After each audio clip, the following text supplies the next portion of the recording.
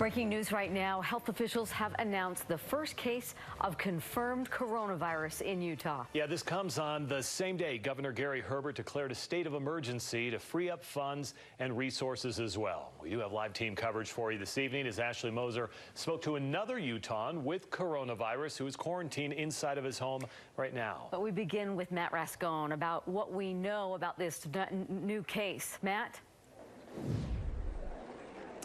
Yeah, officials just wrapped up that press conference moments ago. The state epidemiologist called this a turning point for the coronavirus in Utah, although she was quick to note that this is not a case of community spread of COVID-19 in Utah. Here's what we know about the patient right now. They believe the patient was exposed while on the Grand Princess cruise. That's the same ship now under quarantine in California. The 60-year-old patient is from Davis County. After returning to Utah, he or she noticed symptoms and was tested. Right now, the case is considered a presumptive positive until the CDC can confirm. This patient is recovering in their home and is under a county-issued home isolation order by the Davis County Health Department. This case represents a turning point in our response. These types of cases at home will become more routine as we identify more cases in Utah.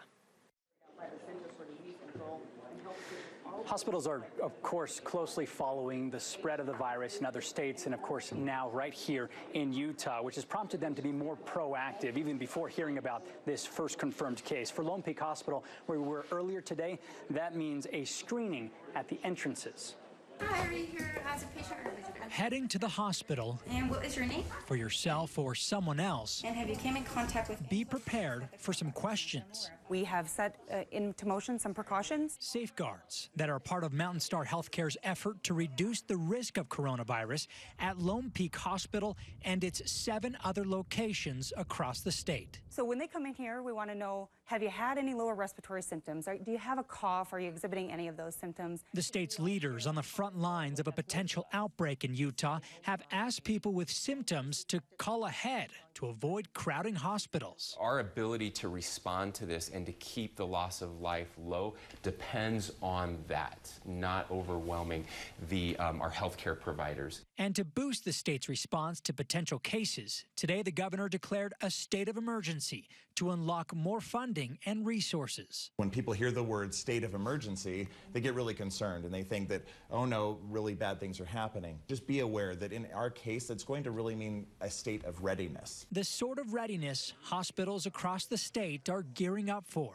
We definitely want to protect our patients first. All in an abundance of caution as healthcare providers keep a close eye on the coronavirus spreading across the country. With the unknown kind of outcomes for the COVID-19, we want to make sure that we are spending time protecting our communities. Back out here live, you can see we are here at the State Emergency Operations Center. It shows level 3 elevated activation at this point, and this is where officials addressed us earlier. So the patient, we know, is recovering at home under a county-issued isolation order, they called it. The Davis County Health Department is monitoring that person as well as any other person that patient may have come in contact with. And over again, you heard in this press conference, just the reminder to always continue to wash your hands and to stay home if you feel at all sick from work, because as we know, most of the cases are Deanie. All right, they said it's not a matter of if, but when. So here we go. Matt, thank you.